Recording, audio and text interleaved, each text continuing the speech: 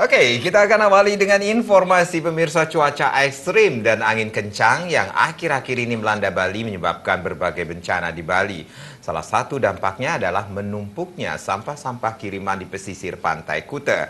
Hal ini akan berdampak pada menurunnya jumlah wisatawan asing yang berkunjung ke pantai Kuta.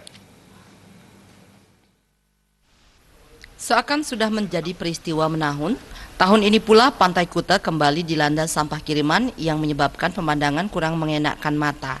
Sampah-sampah tersebut menyelimuti hampir sepanjang pesisir Pantai Kuta dan menyebabkan air laut berwarna kecoklatan.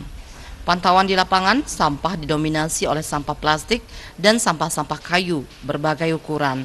Bahkan banyaknya sampah plastik ini dimanfaatkan oleh para pemulung untuk mengumpulkan berbagai sampah plastik yang masih layak pakai. Menurut keterangan beberapa warga sekitar, setiap tahunnya sampah kiriman berlangsung selama kurang lebih 4 bulan selama musim hujan dan setiap hari sampah-sampah akan terus bertambah. Beberapa turis asing pun berkomentar adanya sampah kiriman di Pantai Kuta ini cukup menjadi masalah.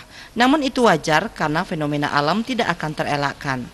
Become a big problem for you?